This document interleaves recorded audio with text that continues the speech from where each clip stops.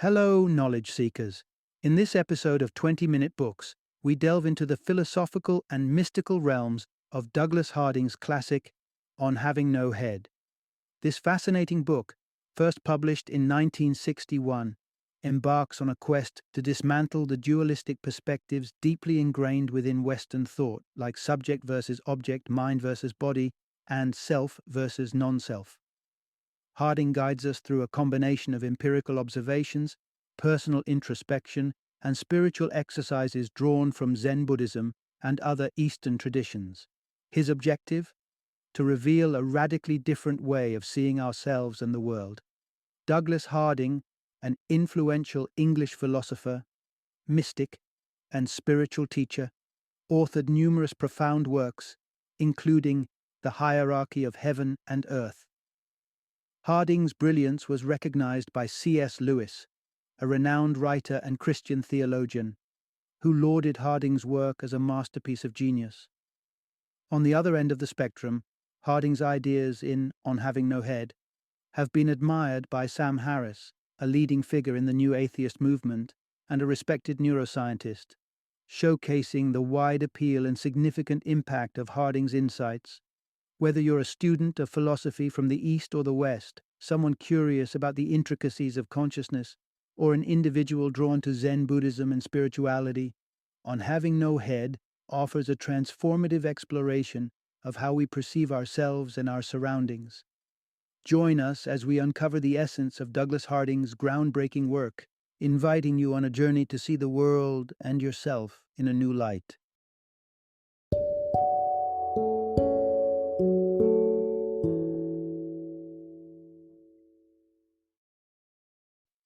On Having No Head, Zen and the Rediscovery of the Obvious.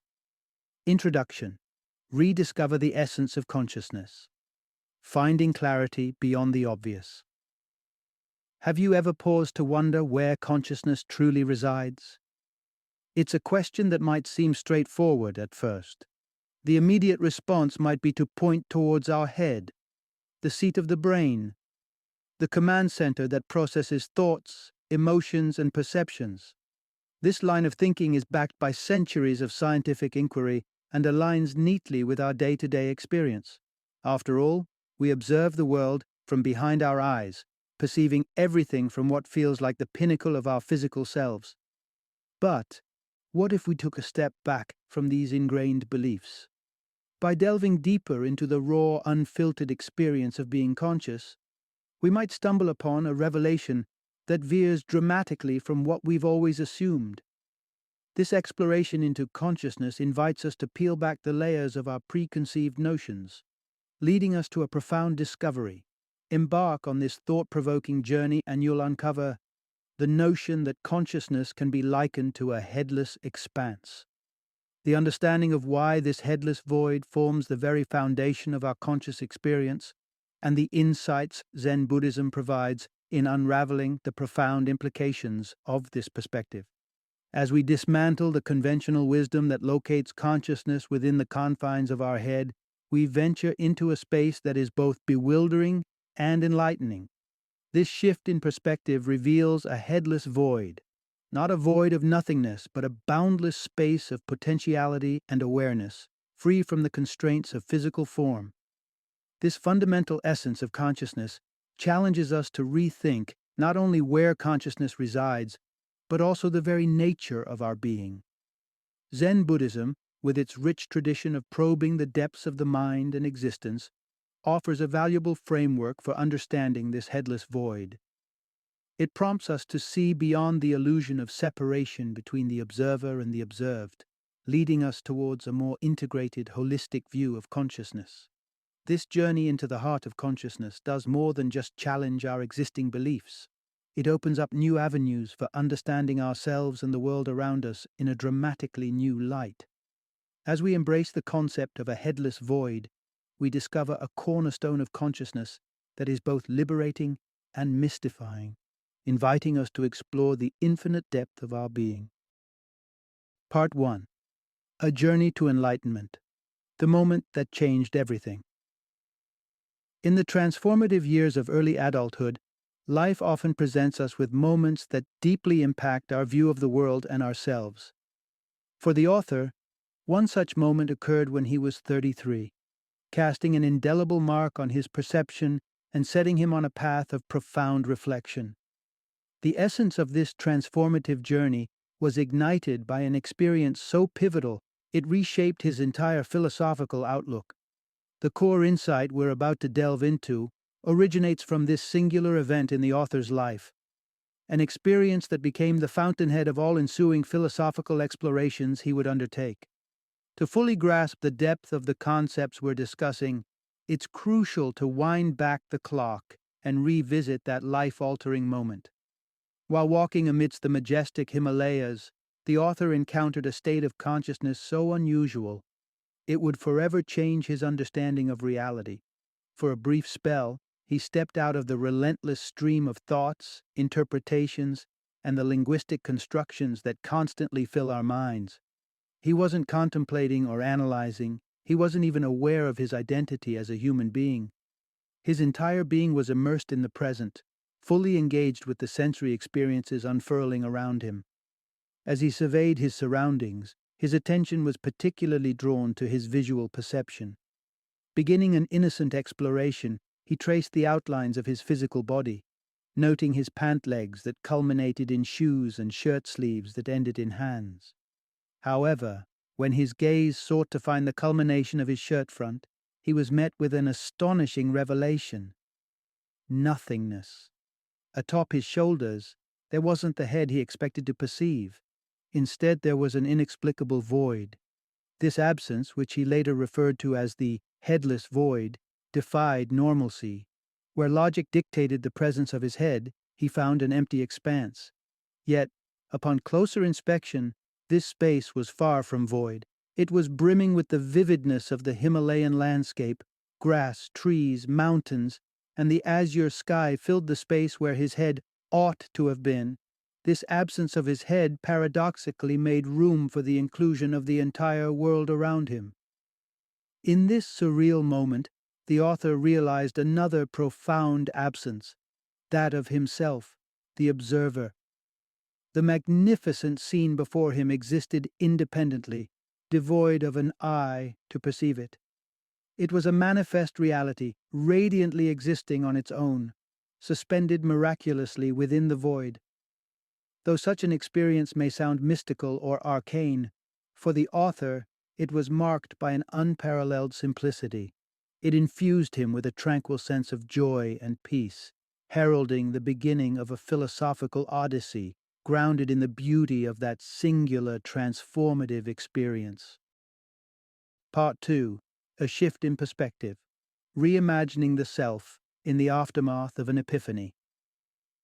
The fleeting minutes spent among the Himalayas had an enduring impact on the author, changing not just his views on consciousness, but fundamentally altering his self-perception.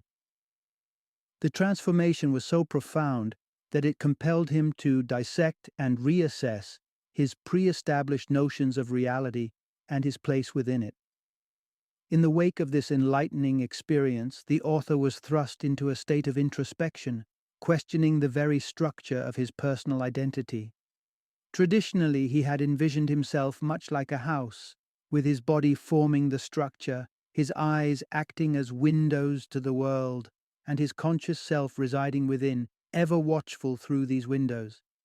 This architectural metaphor seemed intuitive, aligning with the way many of us picture our interaction with the external realm. However, when the dust settled from his Himalayan epiphany, this analogy began to crumble. Within the simplicity of his visual experience, he encountered anomalies that contradicted this model. Rather than peering through two windows, he realized his field of vision acted as one singular panoramic window, and even this didn't accurately capture the essence of his experience, as this window lacked any discernible frame. He was enveloped by a boundless expanse, the headless void, where the demarcation lines he expected to find simply didn't exist. The unraveling of his perceived reality didn't stop there. As he delved deeper, the concept of someone inside looking out also dissolved. There was no observer separated from the observed. There was only the profound unity of the void and the vivid tapestry of images it contained. This realization debased the traditional notion of perceiving reality as if from behind a lens or a screen. Instead, the images, the mountains, hills, and grass, weren't projections or reflections. They were immediately present, seamlessly integrated with the void. This seamless fusion left no room for separation or duality between the observer and the observed, the self and the surroundings. The author's experience distilled down to a singular, integrated view, an uninterrupted vista where the dichotomy of subject and object vanished. In this unique state, the complexity of existence was simplified to its purest form, a singular, unified reality where the distinction between the self and the universe blurred and ultimately disappeared. This seismic shift in perspective prompted a profound re-evaluation of self-identity, challenging the author to conceive of his existence not as an entity separate from the world, but as intricately intertwined with the very fabric of reality. It was a realization that bridged the gap between the self and the cosmos, revealing an underlying simplicity and unity beneath the apparent complexity of existence. Part 3. Embarking on a personal quest, the invisible head conundrum. Diving into the author's profound Himalayan experience might leave many scratching their heads, metaphorically speaking, of course. It raises a flurry of questions. What's the significance? How does such an experience impact one's understanding of self and reality? And, perhaps more puzzlingly, how did the author arrive at such seemingly esoteric conclusions? Let's embark on a little experiment, inspired by the author's revelations to unpack these questions. This exercise is surprisingly straightforward, and you can try it right this moment. First, glance downwards towards your body. You'll notice your legs, arms, and torso without issue. But as your eyes trace your body's outline upwards, expecting to find your head, you'll encounter a peculiar discrepancy. Your head seems to have vanished from view. Herein lies a puzzling truth. You cannot see your own head. What greets your gaze atop your shoulders, where your head presumably should be? For those intently searching for their head, the answer might be a confounding nothing. It's as though there's a vacant space at the top of your body. Yet, if you scrutinize the content of this so-called vacancy, you'll find it's replete with the vibrant tableau of your current surroundings encapsulated within your field of vision. Depending on where you are, the specifics of this visual landscape will vary. Be it the hum of activity in a bustling cafe or the serene isolation of a quiet room, the diversity of your surroundings will fill this apparent emptiness where your head is expected to be. Despite this rich tapestry of sights, however, one thing remains consistently absent: your own head. No matter how fervently you search, turning your gaze in every conceivable direction, your head remains elusively out of sight, hidden from your own view. This intriguing phenomenon underscores a fundamental truth. While you may traverse the universe, exploring its vast expanses and delving into the microscopic intricacies of its smallest particles, the sight of your own head will always evade you. It's understandable if skepticism arises at this juncture, along with a barrage of questions and doubts. You're certainly not alone in this reaction. It mirrors the skepticism initially faced by the author when sharing his insights and experiences with others. But fret not. As we proceed, we'll venture deeper into these perplexing observations, exploring their significance and addressing the skepticism they inspire, while untangling the nuances of this invisible head mystery. Part 4. The Illusion of Seeing, Deciphering Visual Perception. At the heart of our exploration lies a seemingly simple yet profoundly perplexing assertion: you cannot see your own head. It's an idea that verges on the absurd, prompting a mix of confusion, skepticism, and curiosity. This statement not only challenges our basic understanding of perception, but also invites us to question the very nature of reality as we perceive it. Before diving into the implications of this idea, let's first address the initial, instinctive objections that naturally arise. One of the first rebuttals to this notion points to the apparent ease with which we can view our head in a mirror or capture its image in a photograph. On the surface, this seems to directly contradict the claim. However, when we scrutinize what we truly observe in these scenarios, the picture becomes more nuanced. When you look at a reflection or a photograph, what are you really seeing? The answer is primarily splotches of color arranged in a familiar pattern. Labeling these arrangements with familiar terms from our daily lexicon, we might confidently say we see our head. But this process of identification comes after the fact, after our brains have already processed and interpreted these splotches as representative of our head. The reality, however, is that we are not directly seeing our head. Rather, we see a representation, an interpretation made by our minds. The skepticism might further extend to our ability to see parts of our head, such as our nose, by simply looking downward. Yet, upon careful observation, what we actually see are more splotches of color that our mind subsequently identifies as our nose. But is that truly seeing our nose? If presented with similar splotches on a blank canvas, would we recognize them as a nose or merely as abstract shapes? Consider the essence of what a nose truly is: a complex three-dimensional structure composed of skin, tissue, and various biological elements. The splotches we see, whether in a mirror, a photograph, or at the fringe of our vision, are far removed from the intricate reality of a nose. They are merely visual signals that our brain interprets based on familiarity and context. As we delve deeper, it becomes apparent that our visual perception is not as straightforward as we might believe. It's built on a foundation of interpretation and categorization, a complex process where our brain continuously constructs and reconstructs our reality. Moving beyond these initial objections opens the door to a broader, more intricate understanding of how we see the world and ourselves within it. This journey into the nuances of perception is only just beginning, challenging us to look beyond the surface and question the very nature of what it means to truly see. Part 5. Exploring the illusion of physical presence.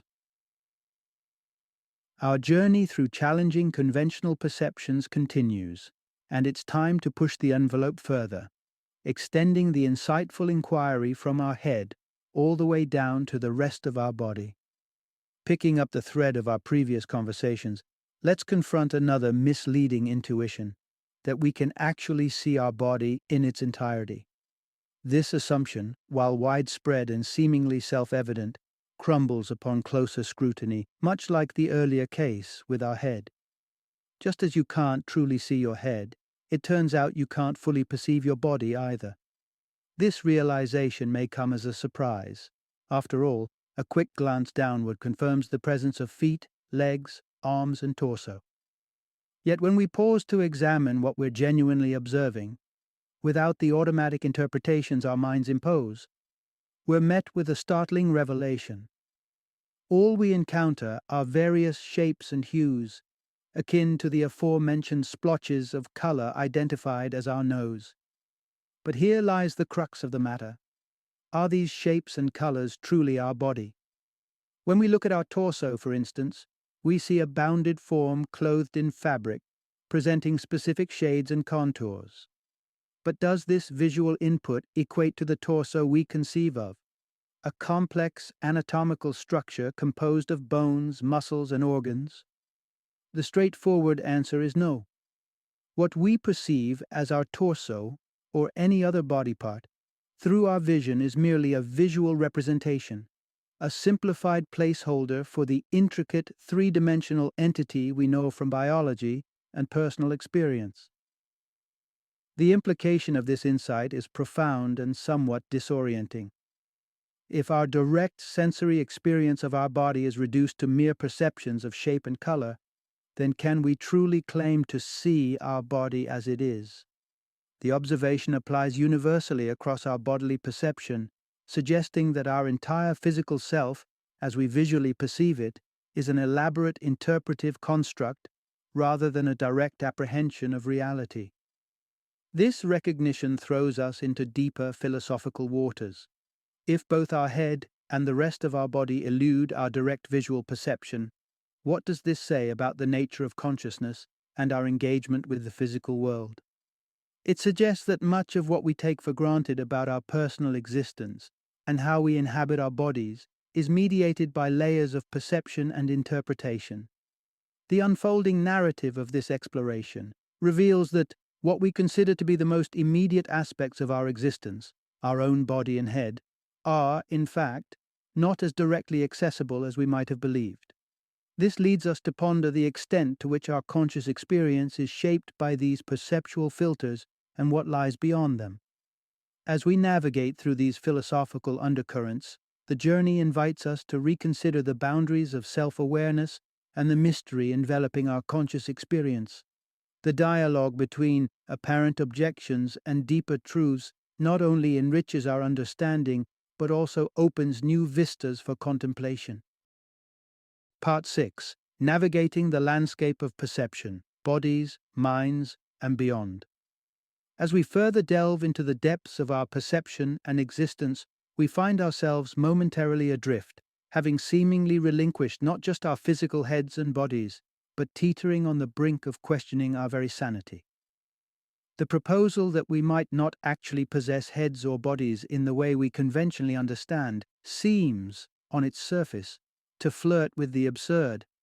But is it truly as far-fetched as it appears? The crux of this discussion rests on a daring notion. The assertion that we lack heads and bodies may carry more weight and reasonability than initially presumed. At first glance, refuting such a claim should be straightforward. After all, we are equipped with a rich array of sensory experiences that affirm our physicality. We feel the weight of our limbs, the brush of air against our skin, and the gravitational pull on our bodies. Surely these sensations provide irrefutable evidence of our physical existence. However, when we strip away interpretive layers from our sensory experiences, what remains? A collection of raw sensations, aches, tingles, warmth, and pressure. Even when paired with our visual experiences, do these sensations unequivocally confirm the presence of feet, torsos, or heads? Upon closer inspection, we find ourselves interpreting these sensory inputs, crafting an elaborate narrative of physicality that aligns with our beliefs about bodies and their parts. Yet these sensations in themselves do not constitute a foot, a torso, or a head. Thus we are confronted with a startling realization. Our direct experiences do not furnish us with incontrovertible proof of external objects we typically identify as our bodies. Instead, we possess an amalgamation of perceptions and sensations from which we infer the existence of our physical selves. These inferences, while deeply ingrained, are constructs of the mind, hypotheses rather than established truths. This realization beckons us to consider the possibility that what we hold as indisputable fact, the existence of our bodies as we perceive them, might be more accurately described as a set of assumptions shaped by our sensory interpretations. But what about the empirical evidence offered by science, the beacon of objectivity and rationality? Surely, the scientific lens provides a counter-narrative to this philosophical contemplation, one grounded in physical reality and observable phenomena. As we prepare to examine the scientific perspective, we venture into a dialogue between philosophical inquiry and scientific empiricism, navigating the intricate interplay between subjective perception and objective reality. This journey through the nature of consciousness and physical existence invites us to question and explore, not just to unveil the mysteries of perception, but to deepen our understanding of the boundless landscape of human experience. Part 7. Through the Looking Glass, the unsettling perspective of external testimony. As our exploration of consciousness and the nature of existence delves deeper, it takes a more audacious turn with a claim that can shake the very foundation of our perceived reality. Despite the evidence of our senses, we might not have a body, much less a head. This assertion, growing ever more radical, naturally invites skepticism and a common-sense challenge, urging us to consult with others, to validate our physical existence. At face value, seeking confirmation from others seems like a straightforward solution. The logic is simple. If everyone else acknowledges your physical form, surely that consensus stands as irrefutable evidence of having a body. Yet, here's where the water's muddy. The testimony of external observers does not inherently disqualify the idea that we may lack bodies. This is because the external observers are not privy to any special insight regarding your body that you lack. Their perceptions, just like yours, are limited to visual inputs, a collection of colored shapes, textures, and dimensions. Their sense of touch or smell offers no more a confirmation of your body's existence than your own sensations do. Essentially, their experiences, filtered through the same sensory limitations, offer a subjective interpretation of reality, mirroring yours. But could expert observation, particularly from a scientific standpoint, offer a more concrete foundation? Scientists, armed with sophisticated tools like microscopes and scanners, can indeed delve deeper into what is perceived as the human body, revealing aspects beyond ordinary visibility, organs, cells, and molecules. Yet once more, we encounter a striking realization. Even the most detailed scientific observations boil down to interpreting complex patterns of colors and shapes. The intricate images rendered by cutting-edge technology, while offering a more nuanced view, are nonetheless constructs interpreted from visual data. Furthermore, scientists can construct comprehensive models explaining the workings of the brain, arguably the most complex and essential organ linked to consciousness. Through a scientific lens, the brain is not just a part of the body, but the epicenter of conscious experience. This understanding provides a powerful framework for explaining many aspects of our existence, but still hinges on interpreting sensory data, including visual cues from advanced instruments. So, could a deeper scientific understanding of the brain and consciousness ultimately dispel the unsettling notion of not having a body? This question leads us into a territory where the boundaries between scientific inquiry and philosophical speculation blur, challenging us to reconsider not only the nature of our physical existence, but also the very basis of cognitive perception. As we stand at this crossroads of knowledge, the inquiry into whether the detailed scientific model of the brain and consciousness can satisfactorily address our existential conundrum invites us to reflect on the limitations and possibilities of human understanding, a thought exercise that challenges the core of our perceptions and beliefs. Part 8. Unveiling Consciousness Through the Lens of Science. Diving deeper into the enigma of human consciousness, we return to the point where our inquiry began, the phenomenon of vision. By exploring how modern science elucidates this aspect of consciousness, we encounter illuminating insights that align surprisingly well with the provocative claim that, in essence, we do not possess bodies in the way we traditionally understand. To simplify a complex narrative, let's examine the scientific account of how we perceive something as straightforward as a mountain. According to contemporary scientific understanding, the process begins with light reflecting off the mountain's surface and traveling to our eyes. This light initiates a series of chemical reactions within the retina, stimulating cells sensitive to light. This stimulation generates signals that travel through the nervous system, ultimately reaching a specific region in the brain, where these signals are translated into the visual experience of seeing a mountain. This terminal station within the brain, a conceptual grand central station of perception, serves as the crucible where consciousness as we experience it materializes. It is here in this nebulous convergence of neurobiological activity that our entire sensory world is brought to life. Every texture, color, sound, and taste we perceive, every thought and emotion we experience, all are orchestrated within this enigmatic theater of consciousness. The narrative furnished by science, assuming its accuracy, lends unexpected support to our initial proposition. It suggests that what we perceive as external realities, like the mountain, aren't discrete entities existing independently out there. Instead, these perceptions are internal constructs, images fashioned within the mind, corresponding to neuronal activities. Extending this logic, all sensations and perceptions are revealed to be internal experiences, correlates of distinct neurological patterns. Synthesizing this scientific perspective, we are presented with a picture of consciousness composed of variegated sensory experiences, colors, sounds, tastes, and so forth. These building blocks of perception knit together the tapestry of our conscious experience.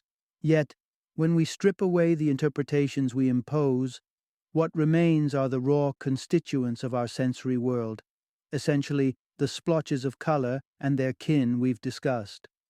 Our interpretations of these sensory inputs, though they feel immediate and concrete, are themselves nested within the broader expanse of consciousness. This realization beckons us to confront a profound implication. The physical reality we navigate and the body we presume to inhabit might be less tangible and more malleable than we assumed. They are interpretations born out of the dance between our sensory inputs and the mind's capacity to weave them into a coherent narrative of existence. Thus, the scientific exploration of consciousness doesn't just illuminate the mechanisms underpinning perception, it also invites us to reconsider the very nature of reality and our place within it.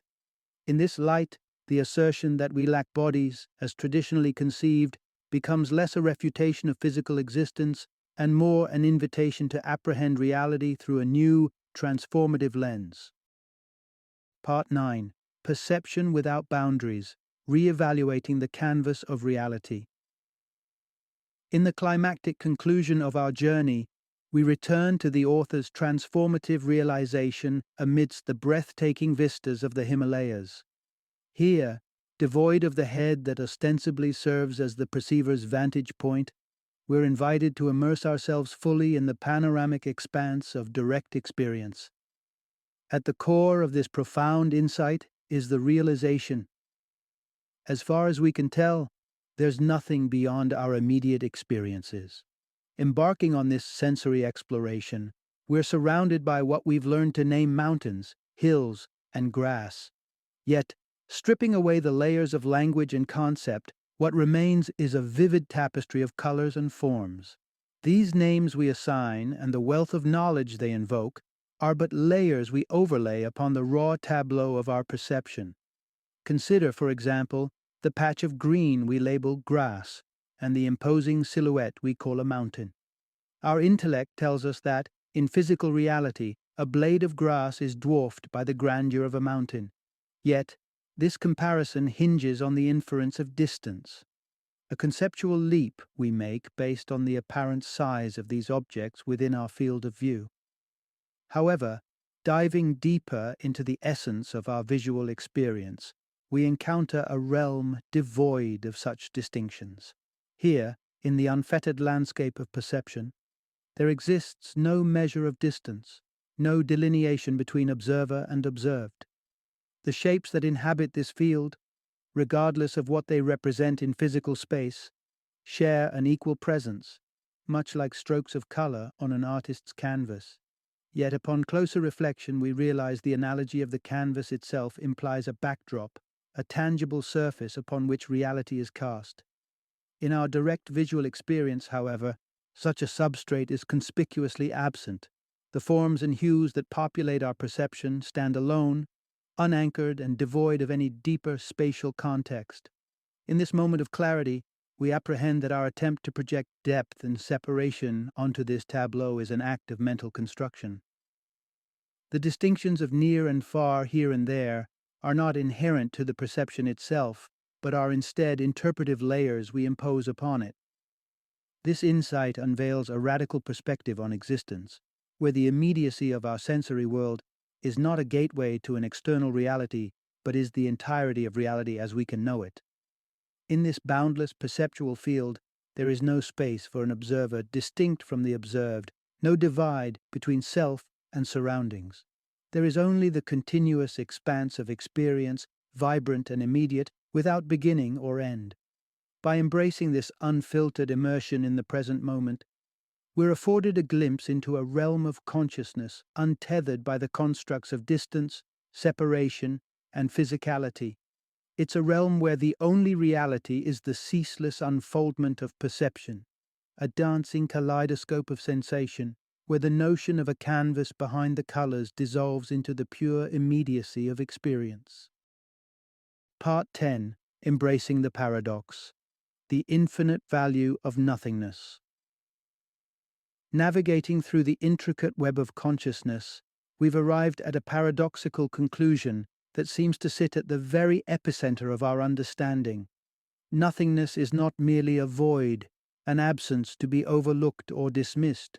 Instead, it embodies the very essence of consciousness, warranting profound contemplation and appreciation. Nothingness is at the heart of consciousness. It's a statement that may initially perplex or even unsettle. Yet, this understanding unlocks a profound truth about the nature of experience and existence. Consider the hypothetical scenario where your visual field is occupied entirely by your head. Such a circumstance would transform your field of vision into a closed-off realm, precluding any glimpse of the world beyond. It is precisely the absence of your head within your direct line of sight that ushers the entirety of the world into view.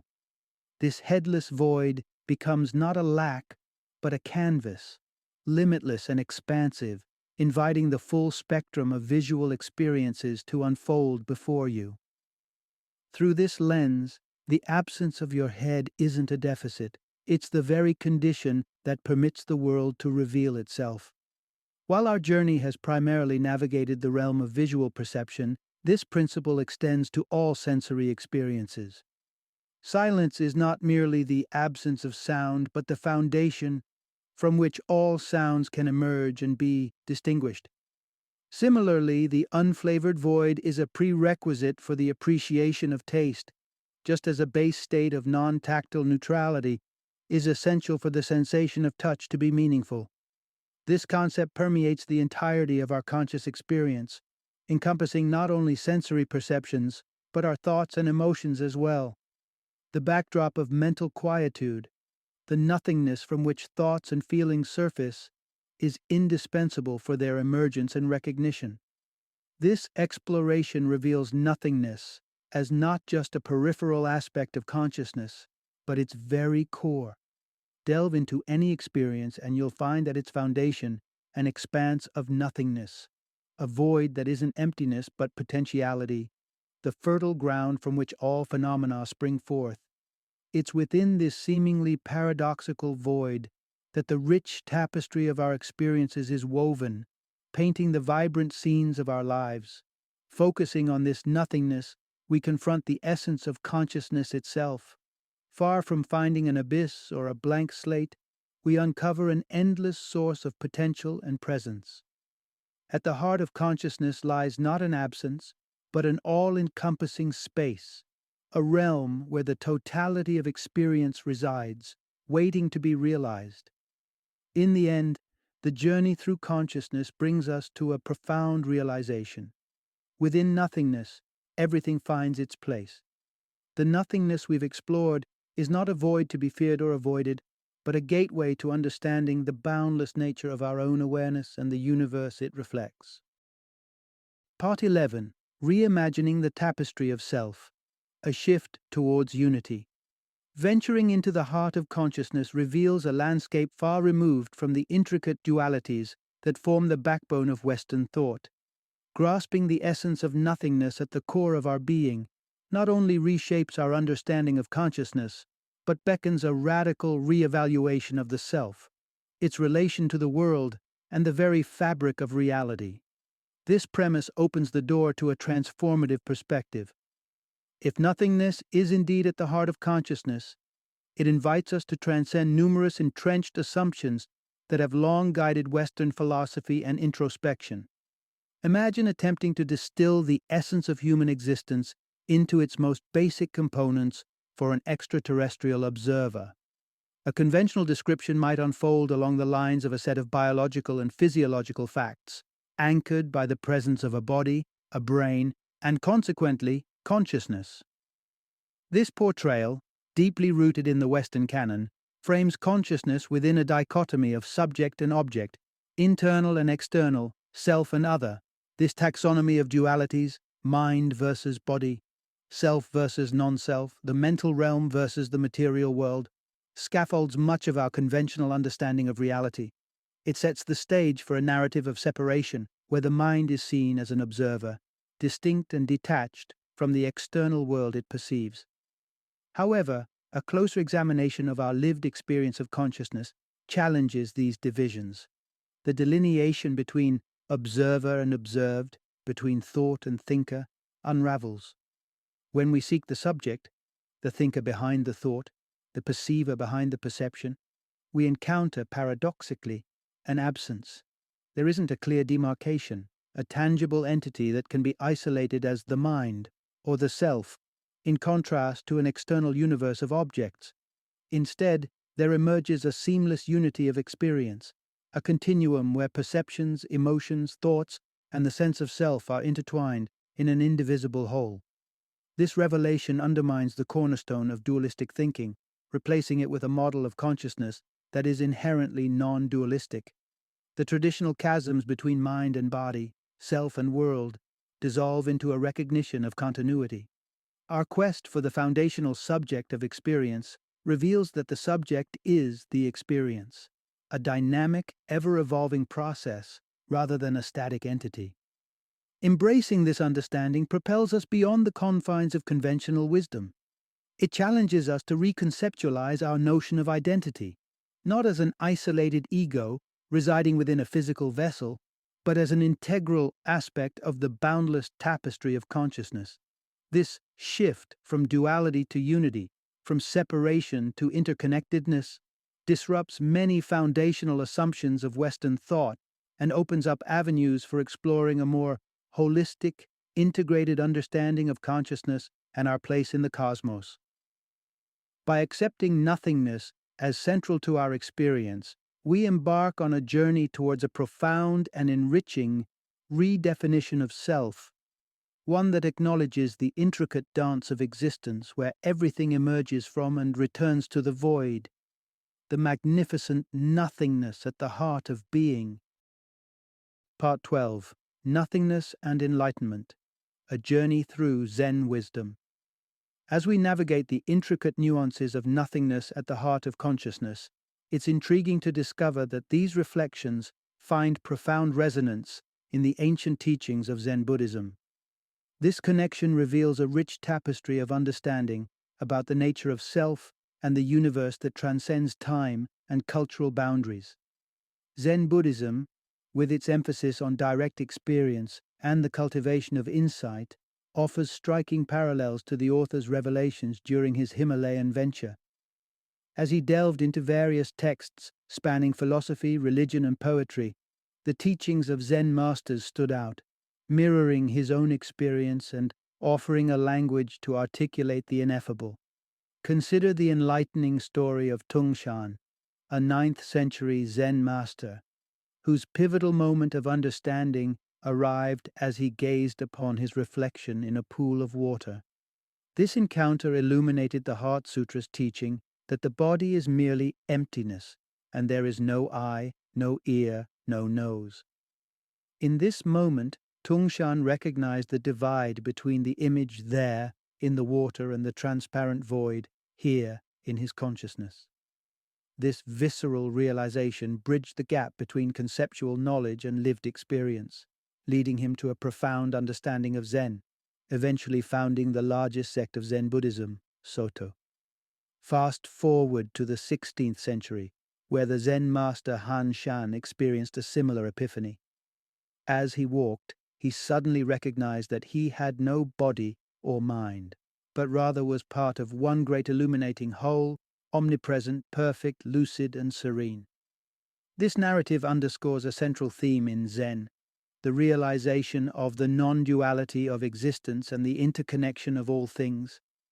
These episodes from the lives of Zen masters underscore a vital insight about serenity and the vision of reality they share with the author's experience. Within this vision, the perceived barriers that separate us from the world dissolve, revealing that there is, in essence, no us at all. This realization challenges the deeply ingrained dualities of subject and object, self and non-self, and the dichotomy between the internal mind and external world, presenting instead a unified field of experience. But what do we find within this nothingness, this void at the center of our being? Far from an empty abyss, it is filled with the entirety of the world, a headless expanse where all of existence unfolds. This recognition brings with it a profound peace, an acknowledgement that what we perceive as nothingness is, paradoxically, everything. It's an understanding that our individual consciousness is not isolated but part of a greater luminous whole that is self-contained perfection. By drawing on the wisdom of Zen, we see that the exploration of nothingness and the quest for conscious awareness are not merely philosophical exercises, but pathways to a deeper understanding of existence and enlightenment. In this light, we grasp that the journey through the void returns us to the world, transformed and serene, ready to embrace the unity and boundless wonder that life offers. Final summary. In the pursuit of understanding consciousness, what if the journey inward reveals not the complexities we anticipated, but an elegant simplicity and a profound paradox? When we peel away the layers of preconceived notions and delve directly into our experiential reality, we uncover a truth that challenges the very foundations of how we perceive self and the world. This revelation does not present us with the familiar dualities that have long defined our thinking. There's no tangible divide between the observer and the observed, no clear separation between mind and body, nor a distinct boundary delineating self from the non-self, or an internal mental realm from an external physical world. Instead, what emerges from our exploration is an experience of consciousness that transcends these dichotomies, revealing a state of being far removed from our ordinary assumptions. At the center of this experiential universe lies a headless void, a field of nothingness that, paradoxically, encompasses the entirety of our experience. This void is not a mere absence, but the very precondition for the presence of everything we perceive and know. It is a space devoid of ego, of the constructed self, yet it is replete with the vivid tapestry of life that unfolds within and around us. This shift in perspective invites us to reevaluate deeply ingrained beliefs about consciousness and selfhood. By recognizing the headless void within, we acknowledge a state of interconnectedness that dissolves the illusion of separation, revealing an underlying unity with all existence. Our exploration brings us to a place where the perceived boundaries of self blur, merging into the boundless expanse of consciousness that is both nothing and everything. In this newfound understanding, we are called to embrace the void, not as a nihilistic retreat into emptiness, but as a gateway to a richer, more integrated experience of life.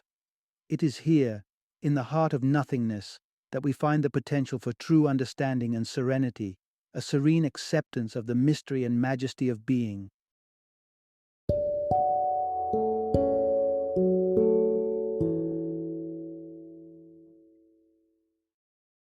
Thank you for joining me today on this journey of learning and discovery as we explored the insights of another thought-provoking book in our growing library of knowledge.